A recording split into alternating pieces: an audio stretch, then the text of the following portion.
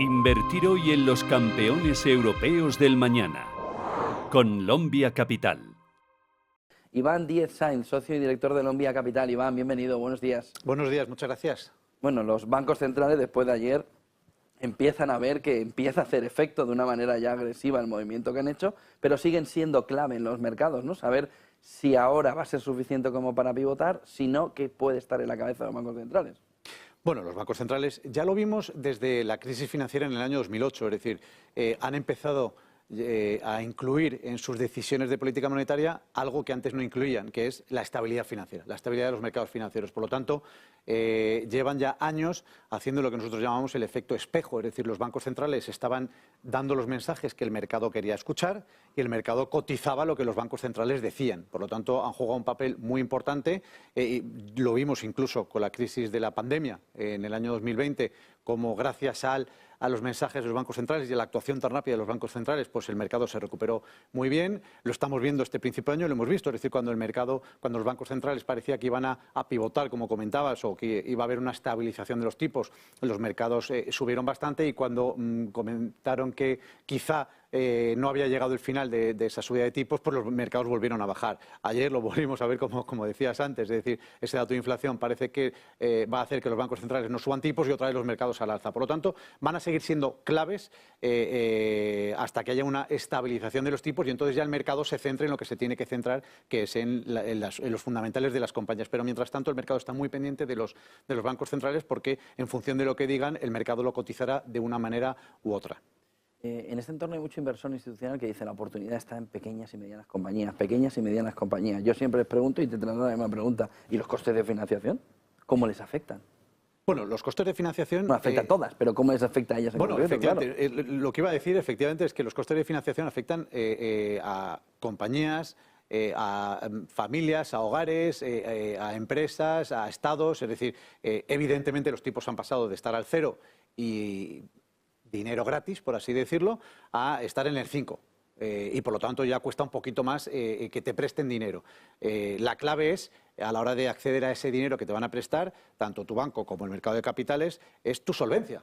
Es decir, si tú eres una compañía, y hablo ya de las compañías, ya no hablo de empresas o de estados, pero si tú eres una compañía con un balance muy saneado, con muy poquita deuda, con altos márgenes en tu negocio y que generas mucho flujo de caja y que con ese flujo de caja puedes seguir desarrollando y financiando tu propio negocio, pues evidentemente necesitas menos financiación y cuando vayas a acudir a esa financiación, pues evidentemente, aunque los tipos estén más altos y te cueste más que hace 10 años, evidentemente te costará menos que una empresa que sea menos solvente, que una empresa que tenga mucha más deuda, que una empresa que tenga un modelo de negocio mucho más débil. Por lo tanto, no solamente una subida de los tipos de interés o del coste de la financiación afecta a las pequeñas compañías, afecta a las pequeñas compañías que necesiten mucha financiación y que su modelo de negocio o que su balance sea más débil. Pero evidentemente, ahora eso lo que va a provocar también, esos tipos más altos, es que haya una mejor asignación del capital.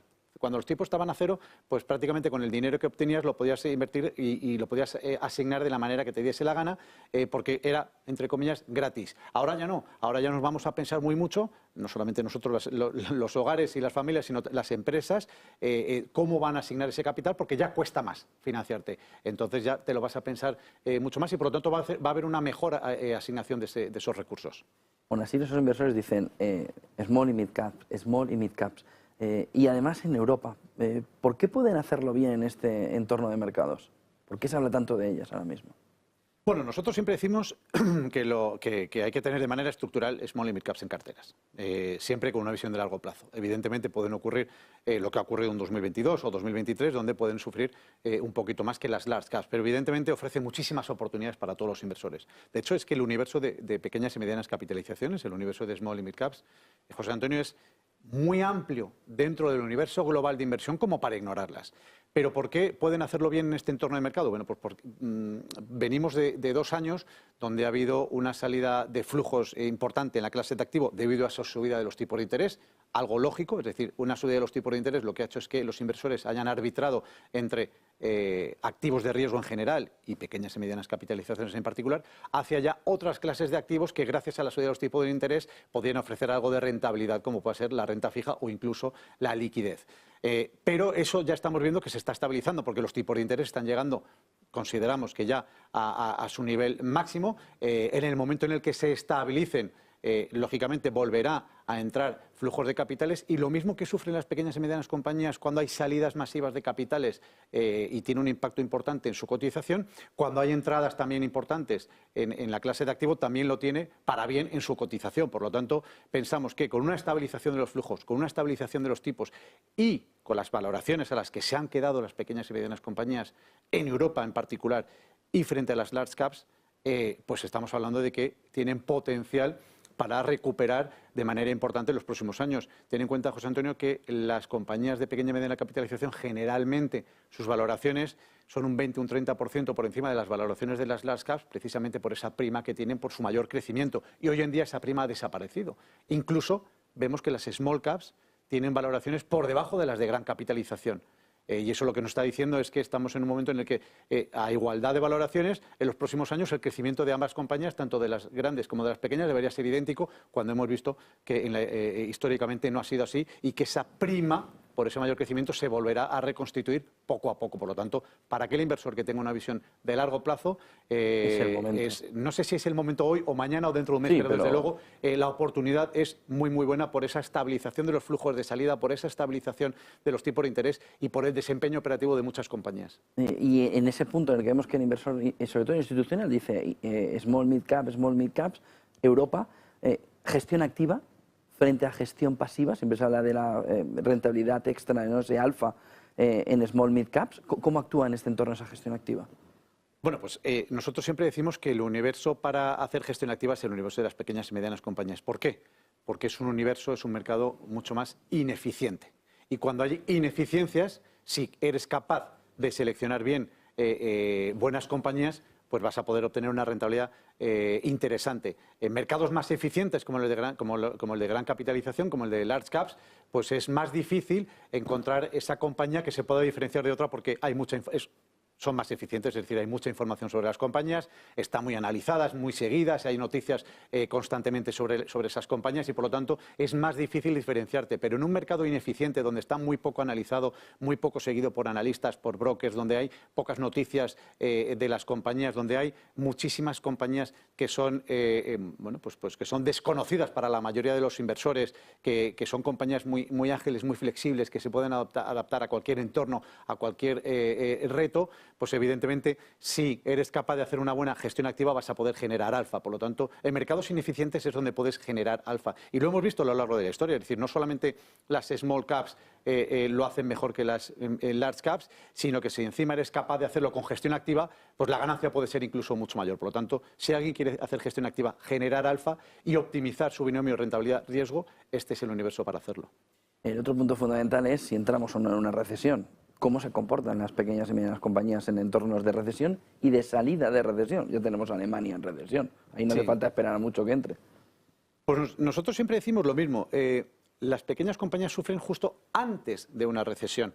Lo hemos visto, es decir, han estado sufriendo este año 2022, el año pasado 2022, este año 2023 el mercado no sabía si iba a haber recesión, ralentización, y ya hay mucho de todo eso puesto en precio hoy en día en las pequeñas compañías, es decir, las valoraciones de las pequeñas y medianas compañías hoy en día ya están cotizando esa más que posible recesión.